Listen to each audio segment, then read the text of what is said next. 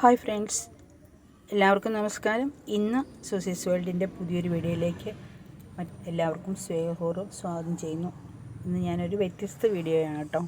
Cooking video അല്ല, ഇന്ന് garden വീഡിയോയാണ്. അത് എൻ്റെ അഡീനിയം കളക്ഷൻസിൽ ഒരു പ്രത്യേകതരം അസുഖമാണ് കാണപ്പെടുന്നത്.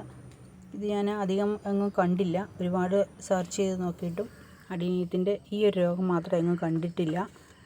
അപ്പം നിങ്ങൾക്ക് ആർക്കെങ്കിലും ഇത് അറിയാമെങ്കിൽ ഒന്ന് പറഞ്ഞു തരണം കേട്ടോ. ഇതിനൊരു പോംവഴി.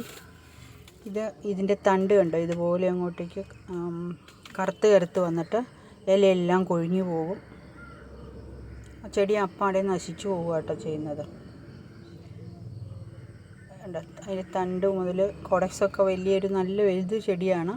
പക്ഷേ അതിൻ്റെ മുകളിൽ കോഡക്സിന് മുകളിൽ വെച്ചത് പിന്നെ ഉണങ്ങി അങ്ങ് പോകും. മൊത്തം ചെടി പോകും. അത് തന്നെയല്ല, ഇത് ഒരു 5-6 ചെടികൾക്ക് ഇപ്പോൾ ഉണ്ട്. അപ്പോൾ ഇതിങ്ങനെ പകരുന്നതാണെന്ന് തോന്നുന്നു. അപ്പോൾ എല്ലാ ചെടികളും ഞാൻ എടുത്തു വെച്ചിട്ട് അതെല്ലാം ഒന്ന് കട്ട് ചെയ്ത് നോക്കുവാണേ. ഈ കാണുന്നതെല്ലാം എനിക്കൊരു 2-3 വർഷം പഴക്കമുള്ള ചെടികളാണ്. പക്ഷെ അതെല്ലാം ഞാൻ മൊത്തം കട്ട് ചെയ്തു. നിറയെ പൂ തന്നുകൊണ്ടിരുന്നതാണേ. സിംഗിൾ പെറ്റൽസ് ആട്ടോ എല്ലാം.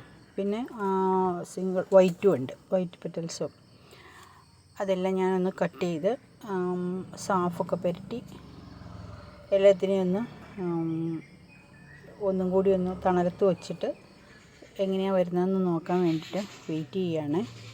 ആർക്കെങ്കിലും ഈ രോഗത്തെക്കുറിച്ച് അറിയാമെങ്കിൽ, അഡീനിയം വളർത്തുന്ന ഒത്തിരി ആളുകളുണ്ടല്ലോ, അറിയാമെങ്കിൽ ഒന്ന് പറഞ്ഞു തരണം. അത് മൊത്തം ചെടി അല്ലെങ്കിൽ നശിപ്പിച്ച് കളയേണ്ടി വരുമോ എന്ന് ഒരു സംശയമുണ്ട്.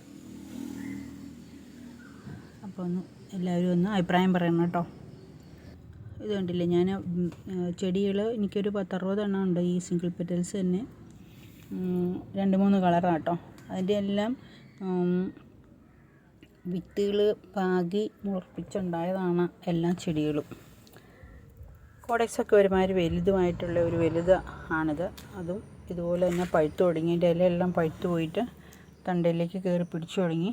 ഇപ്പോൾ ഞാനിതൊന്ന് കട്ട് ചെയ്യുകയാണ്. കട്ട് ചെയ്തിട്ട് അതിന് ഫംഗിസൈഡ് പുരട്ടി തൽക്കാലം ഒന്ന് മാറ്റി വെച്ച് നോക്കാമെന്ന് വിചാരിക്കുന്നു.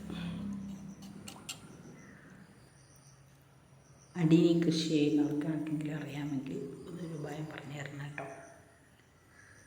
മറ്റൊരു വീഡിയോയുമായി വീണ്ടും കാണാം. Thank you for watching.